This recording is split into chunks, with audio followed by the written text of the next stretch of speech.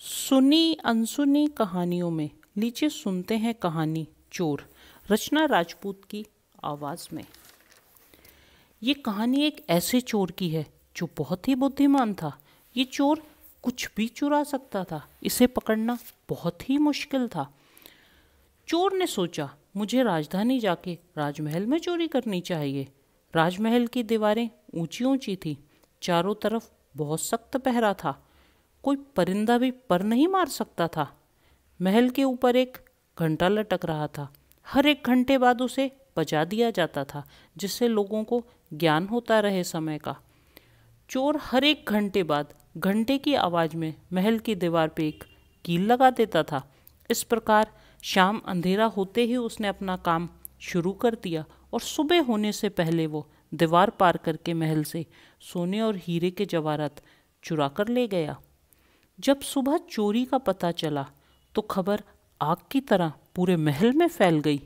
राजा बहुत हैरान था।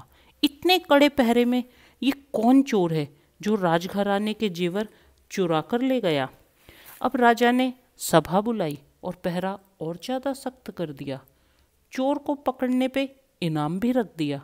चोर दिन में साधु का वेश धारण करके पूरे नगर में चक्कर लगाया करता था और पहरा बढ़ा दिया गया है ये सोच के चोर बहुत खुश हुआ। उसने दिन में साधु बन के पहरेदारों के घर जाके उनकी बीवियों को बोला, तुम्हारे घर कहीं से अचानक बहुत सारा धन आने वाला है। तुम अपने पतियों को आज रात बाहर मत जाने देना। बीवियों ने साधु की बात मानकर कि हमारे घर सचमुच बहुत धन आएगा, रात को अपने पतियों को कमरे में बंद कर दिया। अब राजमहल का पहरा फिर कम हो गया। चोर आज फिर चोरी कर ले गया। महाराज बड़े परेशान हैं।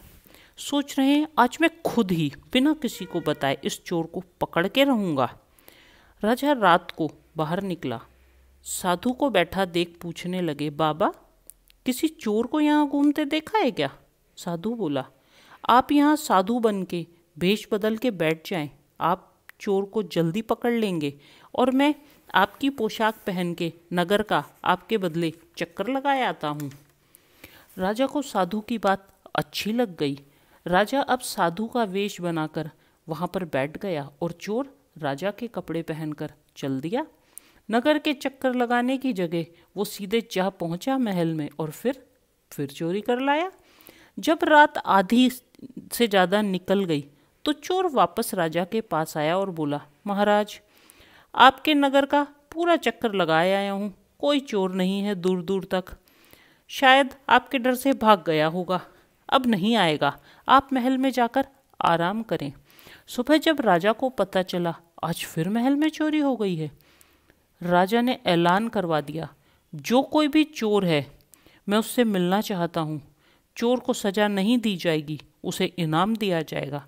ये सुन के चोर राजा से मिलने दरबार में आ पहुंचा। राजा ने चोर से कहा, वाकई तुम तो बहुत होशियार हो। आज से तुम मेरे महल के जितने भी यहाँ पर पहरेदार हैं उनके ऊपर पहरा दोगे।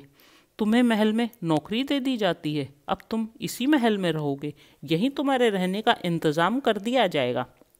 इसके अलावा तुम्हें 2 गांव और 100 सोने की मुद्राएं इनाम में दी जाती हैं। नमस्कार।